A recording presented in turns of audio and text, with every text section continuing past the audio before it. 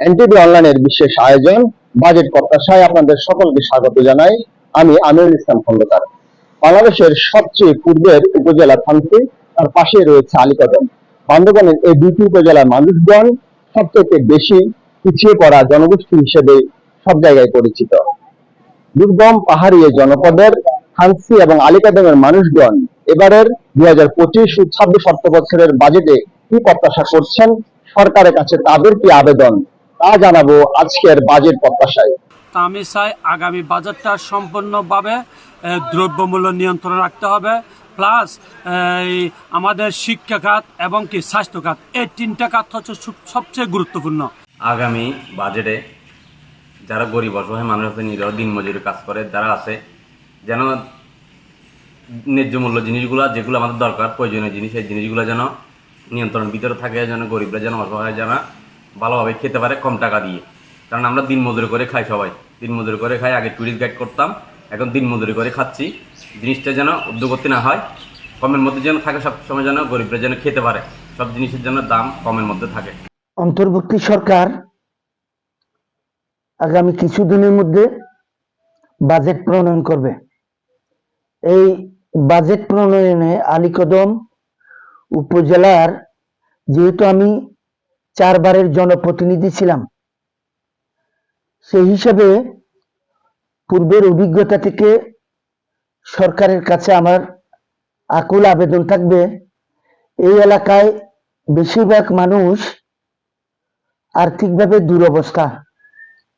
সুতরাং এই মানুষগুলোর দুরবস্থা থেকে পরিত্রাণ পাওয়ার জন্য সরকার এই পার্বত্য অঞ্চলের জন্য বিশেষ করে আলীকদম উপজেলার 70,000 আমাদের যে জনবসতি আছে, এই জনবসতির মানুষগুলো যাতে 2 মুঠো ডাল ভাত খেয়ে বেঁচে থাকতে পারে, ছোট ছোট প্রজেক্ট নিয়ে যাতে এই মানুষগুলোকে কাজে লাগানো যায়। আগামী অর্থ বছরের যে বাজেট বরাদ্দের ক্ষেত্রে শিক্ষা ক্ষেত্রে যেন বাজেট বৃদ্ধি করা হয়। শিক্ষক ভালো থাকলে জাতি ভালো থাকবে। শিক্ষার গুণগত মান উন্নয়নে শিক্ষকরা নিরবচ্ছিন্ন কাজ করছেন। এই জন্য শিক্ষকদের জন্য স্পেশালি যে বাজেটে বরাদ্দ বৃদ্ধি করা হয়, সেই লক্ষ্যে আমি আহ্বান জানাচ্ছি। বিশেষ করে পাহাড়ি জনপদে যারা আমরা আছি, এখানে অনেকগুলো সীমাবদ্ধতা আছে। এই জন্য সবগুলো বিবেচনা করে যেন আগামী অর্থ বছরে বাজেটের শিক্ষা ক্ষেত্রে স্পেশালি বরাদ্দ বৃদ্ধি করা হয়, সেই লক্ষ্যে আমরা আহ্বান জানাচ্ছি। আমি আগামী বাজেটে 2025-26 যে বাজেট প্রণয়ন করবেন আমাদের গণতান্ত্রিক বাংলাদেশ সরকার, আমি ওনাদের কাছে আমার আহ্বান থাকবে, আমার প্রত্যাশা হচ্ছে শিক্ষা খাতে বাজেট প্রণয়নের সর্বোচ্চ গুরুত্ব দেওয়া।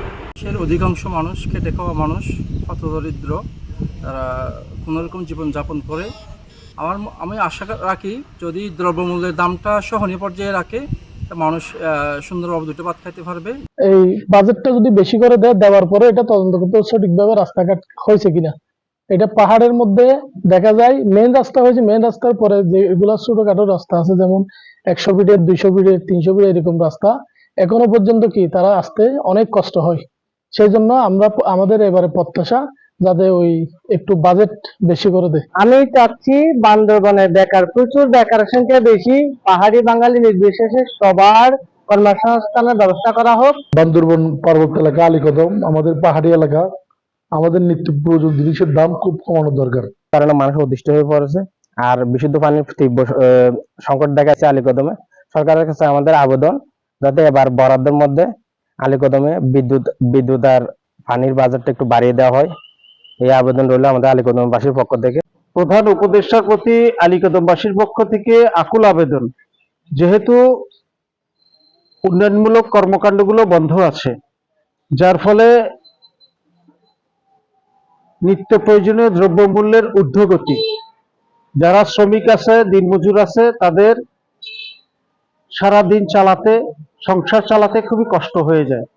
তাই দ্রব্যমূল্য নিয়ন্ত্রণের ব্যবস্থা করলে সবচেয়ে বেশি ভালো হয়। এটা আলীকদমবাসীর পক্ষ থেকে আবারও আমি অনুরোধ জানাচ্ছি। বর্তমান সরকারের কাছে আমাদের প্রত্যাশা বেকার ছেলেদের জন্য কারিগরি প্রশিক্ষণ ব্যবস্থা করে দেয় এবং বাজেট বরাদ্দ বেশি দেয়।